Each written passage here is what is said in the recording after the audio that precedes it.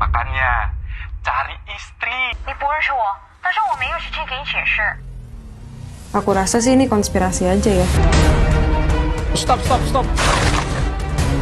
Anak kecil panas katanya mau pintar. Itu nggak lagi mau pintar, itu lagi mau mati, Pak. Udah pergi! I don't like the guy. I don't think he's such a nice guy.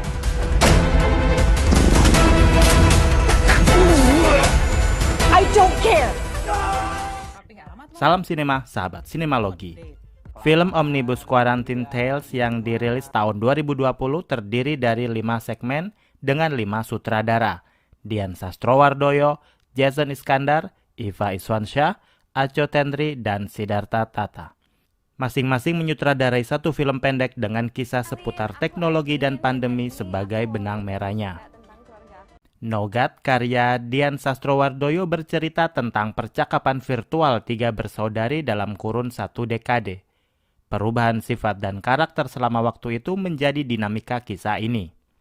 Prankster karya Jason Iskandar menyiarkan live prank di internet dari seorang vlogger bersama seorang bintang tamu. Tapi ternyata sang tamu memiliki agenda sendiri di acara tersebut. Cookbook karya Iva Iswansyah bercerita tentang Chef Halim yang sedang menulis buku resep masakan di masa pandemi. Suatu ketika seorang remaja cewek menghubungi lewat video call dan bilang bahwa mereka adalah 2 manusia terakhir yang ada di bumi. Happy Girls Don't Cry karya Aco Tendri bercerita tentang Adin, gadis remaja dari kalangan bawah yang tiba-tiba mendapat giveaway sebuah iMac. Tapi ayah ibunya memintanya untuk menjual hadiah itu demi kebutuhan hidup sehari-hari. Dan yang terakhir adalah The Protocol karya Siddhartha Tata, komedi seputar pandemi dan efeknya di dunia kriminal. Nogat karya debut penyutradaran Dian Sastrowardoyo berhasil dieksekusi dengan rapi. Casting, acting, setting, dan naskah cerita berhasil memikat. Dian juga berhasil mengoptimalkan penceritaan via layar komputer dan smartphone. Di Hollywood, cara ini terkenal lewat film Unfriended, Searching, Host, dan sebagainya. Akting Adinia Wirasti, Marissa Anita, dan Faradina Mufti sebagai 3 bersaudara ini cukup solid. Penonton bisa merasakan emosi dari ketiganya, apalagi yang sering terpisah dengan keluarga. Komunikasi via video call ini akan sangat relate. Naik turunnya hubungan sisterhood terpaparkan dengan baik, meski terkadang terasa melompat-lompat karena durasi yang pendek sedangkan rentang setting waktu yang panjang. Namun hasil akhirnya enak dinikmati, seperti es krim nougat. Segmen kedua, Prankster juga memakai eksekusi sama seperti nougat, yaitu layar komputer. Di film ini, Jason Iskandar hendak mengkritisi perilaku prankster yang menjual humor prank di internet demi rating dan engagement. Tapi menurut saya, naskahnya masih berantakan. Prank pocong terlihat aneh, gak logis. Twist yang dimunculkan di paruh akhir juga agak maksa. Melakukan kejahatan yang jejak digitalnya terlihat jelas seperti itu sangat mengganggu logika. Tapi memang tidak dijelaskan sih, sisi kejiwaan sang pelaku. Prankster sangat jelas terinspirasi Unfriended dan semacamnya, meski visualnya lebih mendekati video YouTuber-YouTuber ternama dengan lighting neon mencolok. Dengan durasi yang hanya 12 menit, film ini gagal menarik emosi saya. Cookbook karya Iva Iswansyah menjadi segmen paling berat secara cerita. Isu peristiwa 98 diselipkan secara tiba-tiba. Isu apokaliptik juga. Sedikit surrealis. Saat pertama kali menontonnya, saya masih tidak bisa mencerna.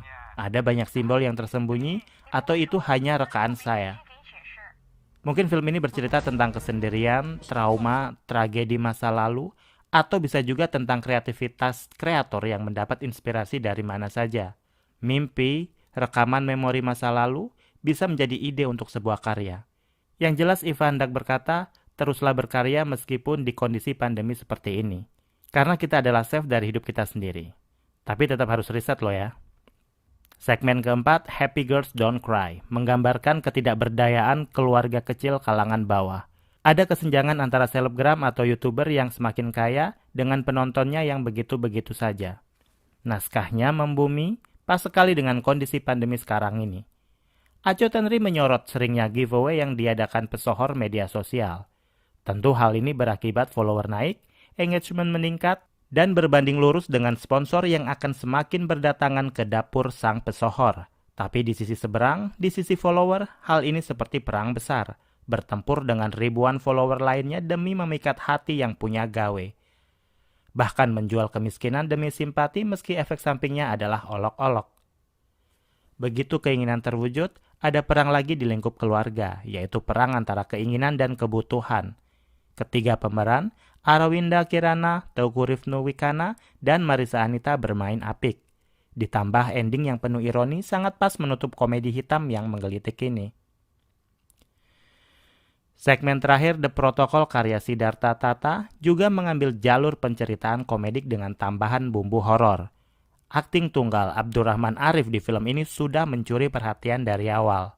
Gelagat panik karena berdekatan dengan korban yang meninggal karena virus tergambar jelas. Unsur horor membumbui komedi yang kadang slapstick. Vibes-nya sama seperti karya Tata sebelumnya, serial The Tunnel atau film pendek Los Jogjakartos. Siddhartha Tata memberi pesan jelas di akhir film ini, yaitu patuhi protokol kesehatan setiap hendak melakukan sesuatu di era pandemi seperti sekarang ini, meskipun itu tindak kejahatan. Quarantine Tales adalah buah karya pekerja kreatif di era COVID-19. Dengan segala keterbatasannya, kelima sutradara dan puluhan pihak yang terlibat berhasil menelurkan film yang bisa relate dengan kita. Ada yang memikat, ada juga yang tidak. Demikian video reaksi dari film Omnibus Quarantine Tales tahun 2020. Jangan lupa like, comment, share, dan juga subscribe. Pantau terus akun sosial media Sinemalogi. Salam sinema dan bye-bye.